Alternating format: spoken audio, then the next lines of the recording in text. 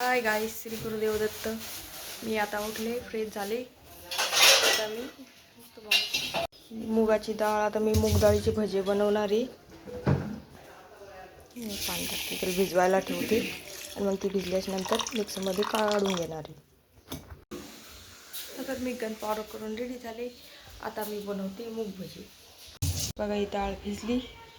आता मी तिला मिक्सरमधून फिरून देते. इथे मी कोथिंबीर चॉप करून घेतली. इथे घेतलेले मिरची, लसूण. हे आता मी डाळ फिरून घेतलेली आहे. आता याच्यात टाकले लसूण, मिरची आणि आता हे थोडे जिरे टाकते. घेतलं आहे सगळं, कोथिंबीर, कांदा पण टाकला. हे आता हळद टाकते. हे आता थोडंसं मीठ टाकते. चालू केला, त्याच्यावर कढई ठेवली, टाकते त्याच्यात.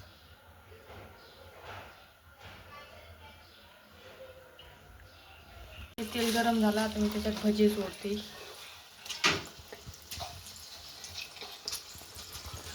हे बघा भजे, हे बघा.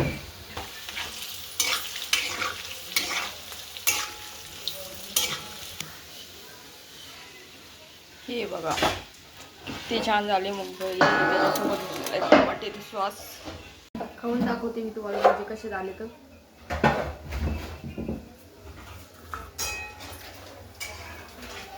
भाजी झाली पाहिजे. मी चालली आता करमाडला बाजाराला. पंपावर पेट्रोल टाकायला थांबलेली मी. बाजारात आले. आता बाजारात काय भाजीपाला आहे. चला, आली मी बाजारात. हा माझा बाजार. तुमची चिवडा आणला, टमाटर, कांदा, कोथिंबीर सगळं साहित्य आणलं ना. आता हो भैया भेळ बनवतोय. कोणाला खायला भैया? मला आणलेली आहे. आणि आता आई पपीता कापणारी. आईला पपीता आवडते. हे बघा, रेडी झाली भेळ. आता मी खाते.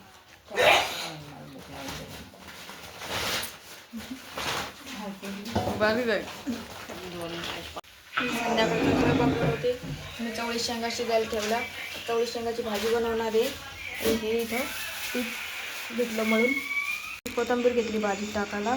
त्या वाटीत मी लसूण आणि मिरच्या घेतल्या, हे शेंगदाणे. आता मी त्याला सगळ्याला एकत्र मिक्सरमधून काढून घेते. तेलात परवी, लाल मिरची पावडर, गरम मसाला आणि हळदी टाकलेले आहे. धने पावडर. आता याला तेल सुटलं. आता मी एक मसाला काढून घेतला, आता तो टाकते.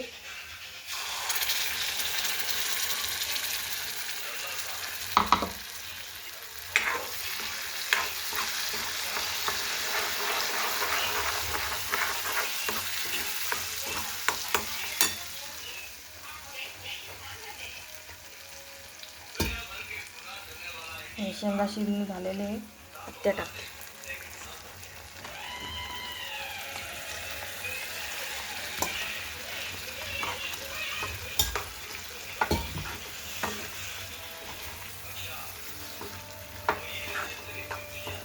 एकदम शेंगा आता मसाल्यात झाल्या, मिक्स झाल्या.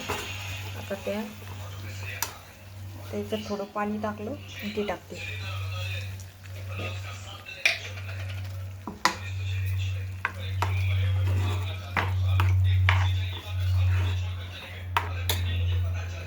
मीठ घेतलं, आता मीठ टाकते.